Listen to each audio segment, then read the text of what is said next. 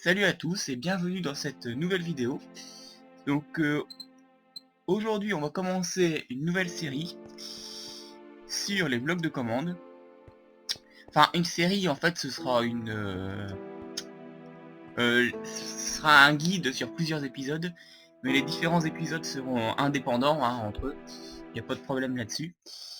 Je vais baisser un peu le son. Ouais, ah oui c'est quand même élevé. Puis la musique aussi. Hop. Voilà, donc une série sur les blocs de commande, sur tout ce qui est programmation, enfin, commandes diverses. Alors ce guide s'adresse aux débutants comme aux créateurs de cartes aventure, enfin un peu pour tout le monde en fait. Donc c'est vrai que c'est très utile pour la création de tout ce qui est carte aventure, donc ou pour si vous voulez créer vos propres arènes de PVP ou ce genre de choses. Mais aussi pour tous ceux qui voudraient faire des systèmes assez sympas en créatif. Voilà, donc on va commencer tout de suite avec des généralités sur les blocs de commande. Donc aujourd'hui on va voir vraiment des choses générales. Donc c'est utile pour ceux qui connaissent pas.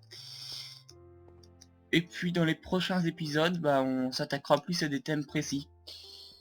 Par exemple les commandes qui permettent les commandes sur les mobs, les commandes sur l'enchantement, l'expérience, le don d'objets, les tableaux de score, tout ça, enfin bon, on verra bien. Donc pour ce premier épisode, commençons déjà quand même par le plus important peut-être. Comment obtenir un bloc de commande. Alors c'est vrai qu'il n'est pas dans l'inventaire du mode créatif, malheureusement. D'ailleurs je sais pas ce qu'ils attendent vraiment pour le mettre, mais bon. Mais on peut se le donner, il n'y a pas de problème. Donc il faut activer bien entendu les commandes quand vous créez votre carte. Et vous tapez tout simplement cette commande là.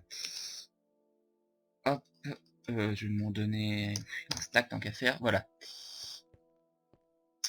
Sinon vous pouvez aussi l'avoir avec Too Many Items ou un autre mode de triche. Enfin de triche, un autre mode qui vous permet d'obtenir les objets quoi. Voilà, donc pour commencer, alors un bloc de commande c'est quoi?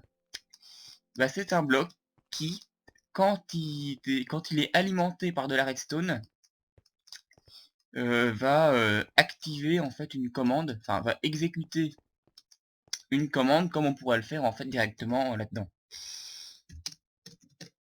Sauf que comme vous le savez, les commandes que vous tapez directement ici sont limitées en taille. Je crois que la limite c'est 128 caractères ou quelque chose comme ça. Ce qui fait que pour les commandes les plus longues, vous pouvez pas. Vous avez besoin d'un bloc de commande. Et puis de toute façon, le bloc de commande c'est beaucoup plus pratique quand il s'agit de répéter la commande plusieurs fois, ou tout simplement pour la garder en stock sans devoir la retaper à chaque fois. Voilà, bon, donc vous allez voir ça tout de suite. Oui, j'ai simplement marqué le point d'apparition de la carte pour ça peut toujours servir. Donc par exemple ici, si je mets, vous n'avez pas besoin du slash dans les blocs de commande. Donc voilà l'interface quand je fais un clic droit dessus. Donc vous pouvez taper n'importe quelle commande. Donc le save qui permet d'envoyer pour les admins seulement d'envoyer un message en gros, d'afficher un message dans la fenêtre. Et quand j'active le bloc, voilà, j'ai ça qui s'affiche. Alors le arrobase, ça correspond au bloc de commande en fait. Mais si vous le renommez avec une enclume, évidemment je trouve rien. Bon, ville, voilà. Si vous pouvez renommer un bloc de commande avec une enclume.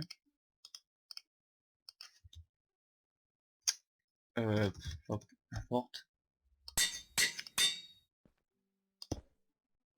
Et maintenant, on refait la même commande.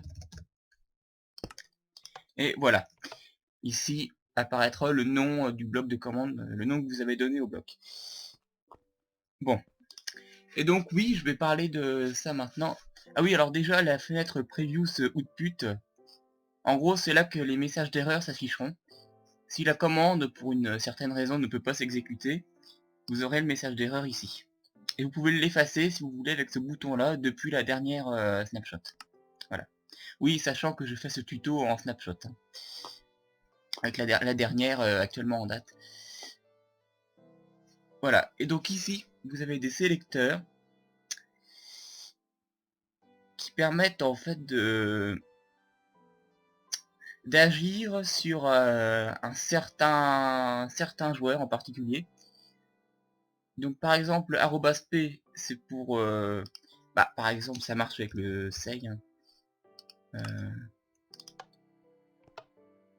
Ah oui, non. Non, là, ça va remplacer par le pseudo. Mais avec un GIF, par exemple, parce que évidemment, on peut le faire. Si je fais give @a diamond sword, hein, par exemple, pour l'épée en diamant. Hein. Et bah là, @a, ça va donner une épée en diamant à tous les joueurs. Voilà, donc forcément, moi y compris. Maintenant, si je mets @p, c'est pour la donner cette épée en diamant seulement au joueur le plus proche. Donc, enfin, de toute façon, comme je suis tout seul, forcément, je vais être concerné à chaque fois. Mais après, c'est à tester à plusieurs. Hein. Donc, forcément, ça marche aussi sur moi.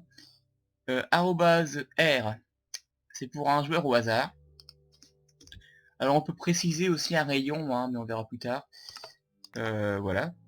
Donc, un joueur qui est tiré au sort, en gros. Et @e, en fait, ça, c'est pour toutes les entités, donc joueurs, mobs et même les loots. Oui, donc oui, forcément. Là, en théorie, ça les donnerait aussi aux mobs, mais... Ouais. Ah oui, mais comme je me suis mis sur un biome Mushroom Island, justement pour éviter d'avoir des mobs.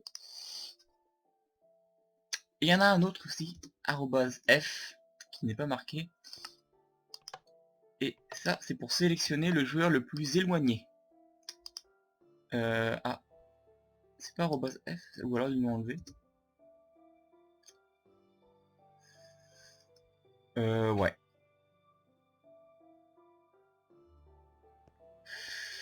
Oh, alors peut-être, ouais, j'ai dû me tromper. Bon, c'est pas grave, c'est pas le plus important.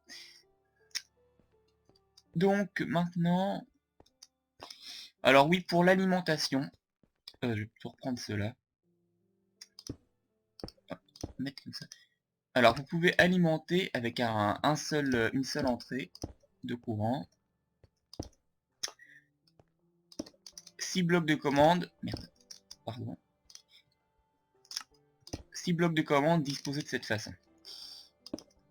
Donc, un moyen simple de le vérifier, on met tout simplement ça. 2, 3, 4,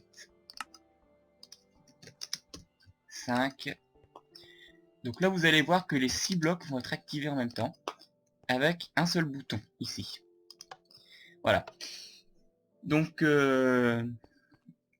en gros, quand vous envoyez du courant sur un bloc de commande, quand vous l'activez, bah le courant va aussi agir sur ceux qui se trouvent à côté, sur les blocs adjacents.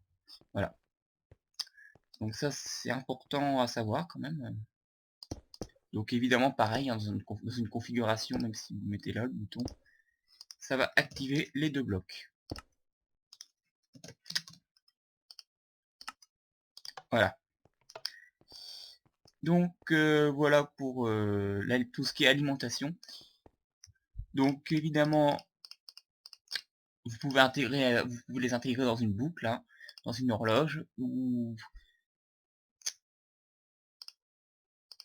non, pas un bouton, ça plutôt je voulais.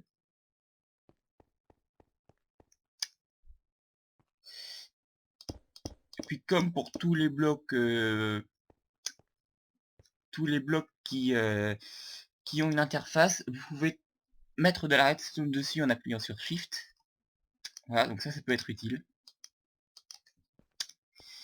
Puis pour tous les activer donc en même temps.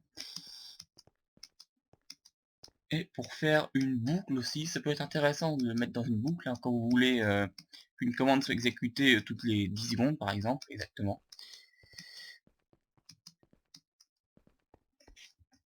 Et donc oui, maintenant on va voir un peu qu'est-ce qu'on peut faire en fait. Alors, oui, qu'est-ce qu'on pourrait faire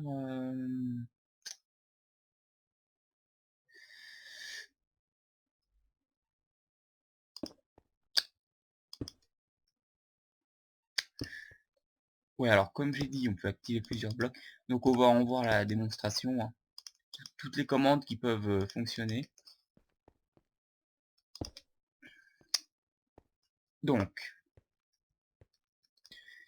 alors par exemple, si je mets ici commande 1.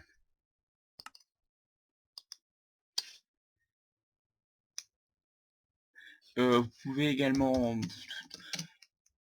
La plupart des commandes fonctionnent. Hein. Alors oui, comme je l'ai dit tout à l'heure, il y en a que vous pouvez taper directement quand vous êtes admin. Vous pouvez les taper directement dans le chat. Mais pour les raisons que j'ai déjà évoquées, c'est plus pratique avec les blocs de commande. Bon, sauf si c'est une commande que vous utilisez comme ça une fois ponctuellement, mais bon.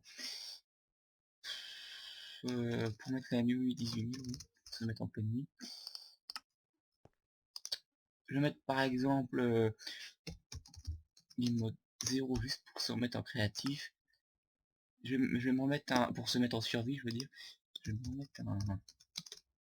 Alors, histoire de pas être bloqué en survie après. Puis là, bah, XP.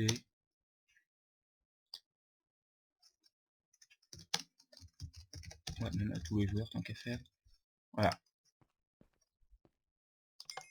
Donc là, toutes les commandes sont exécutées. Alors, vous pouvez voir. Donc, commande 1, ça c'est celui-là. Time set 18 000, oui, set the time to 18 000. Game mode 0, oui. Bah ça me l'a pas fait, tiens. Ah oui, j'ai oublié de préciser un joueur, oui, forcément. Voilà, là c'est bon. Et donc ça m'a mis en survie. Et du coup j'ai plus accès à cette commande là. Je sais plus ce que c'était. C'était les 5 niveaux d'XP, oui ça c'est bon. Voilà.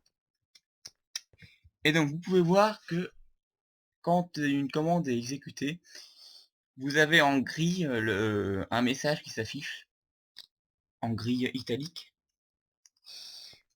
Et ces messages là vous pouvez les désactiver. Voilà. Bon, je vais me remettre déjà en... Ah oui, parce qu'on n'a pas le droit d'exécuter les blocs de commande en survie. Oui, alors oui, j'ai oublié de le dire, mais il faut être en créatif hein, pour que ça marche. Et si vous êtes sur un serveur, vous devez activer les blocs de commande dans le fichier .properties. Il y a une ligne, hein, bloc de commande, vous devez la mettre sur true. Et puis même d'ailleurs en mode solo, vous devez activer les commandes, comme je l'ai dit, en créant votre carte. C'est très important. Bon, alors du coup, bah, je vais me remettre en créatif, oui, parce qu'on a même plus le droit... Bah, je pensais pourtant que... Ah bah oui, forcément, j'ai oublié de mettre un joueur ici. Oui, ça c'est important. Faut quand même pas oublier que vous devez obligatoirement mettre un sélecteur pour ce genre de commande. Parce que autant, forcément ici, ça le fera automatiquement sur vous, mais comme le bloc de commande il sait pas sur quel joueur le fait, donc il faut mettre un sélecteur. Et donc on va terminer sur les règles de jeu, les game rules. Alors, dont vous avez peut-être déjà entendu parler, qui permettent, bon, donc il y en a actuellement, ouh, je rame, je sais pas ce qui se passe, bon, oula, que se passe-t-il? Bon, on va remettre le jour déjà. Oula. On va remettre le jour.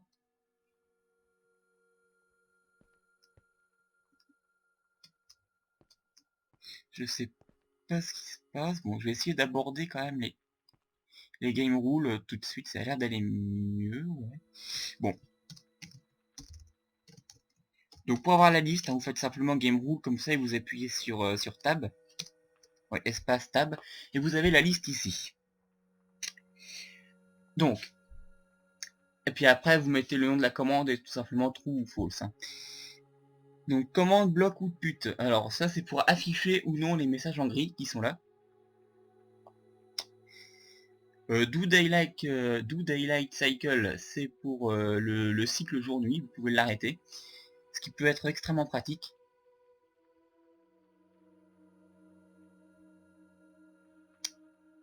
Do Fire Tick, c'est la capacité du feu à se répandre. Donc Do Mob Loot, c'est si les mobs donnent leur butin quand on les tue ou pas. Do Mob Spawning, bon ça c'est l'apparition ou non des mobs. De toute façon ici on est déjà dans un biome mushroom. Do Tile Drops. Tile, je sais plus ce que c'est. Ah bah si, c'est en fait quand on casse un bloc, est-ce qu'il drop, tout simplement. Keep Inventory, ça c'est est-ce que le joueur garde son inventaire quand il meurt. Inventaire et expérience, hein, en fait. Log Admin Commands. Ça c'est le... c'est l'affichage du message relatif à la commande qui vient d'être exécutée par un administrateur. Mob Griefing, bon, est-ce que les mobs peuvent casser le terrain, agir sur le terrain en gros. Donc c'est valable pour les creepers, les enderman, et puis ouais. Peut-être les ghasts aussi, je sais pas trop. Natural régénération, bon, est-ce que le fait d'avoir sa barre de vie, sa barre de faim pleine redonne des cœurs. Random tick speed. Et ça c'est un ajout récent, c'est en gros la fréquence à laquelle le jeu se met à jour. Par exemple pour la propagation de l'herbe et la pousse du blé, enfin la pousse des plantes en fait en général. Tout ça c'est défini par une valeur aléatoire, en gros tous les combien de temps ça pousse, enfin où l'herbe se répand. Donc on peut la changer. Cette commande feedback, bon alors ça je sais pas trop. Je vois pas trop la différence en fait avec les autres, mais send commande feedback, ouais faudrait que je teste. Puis à vous de tester aussi d'ailleurs.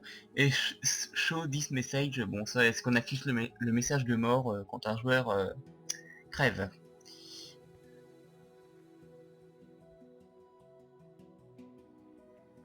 Ces commandes on peut les gérer par un bloc, hein. Par un bloc de commandes, il suffit de mettre game rule par exemple n'importe laquelle, do fire tick false. Et là le feu ne pourra plus se répandre. Bon bah voilà, c'était la fin de ce premier épisode du guide, hein. Donc j'en ferai d'autres sur des aspects plus précis de la programmation. Enfin tout ce qui est bloc de commande, donc on verra. Je ne sais pas sur quel aspect je me pencherai la prochaine fois, mais on verra bien. Allez, à plus tard.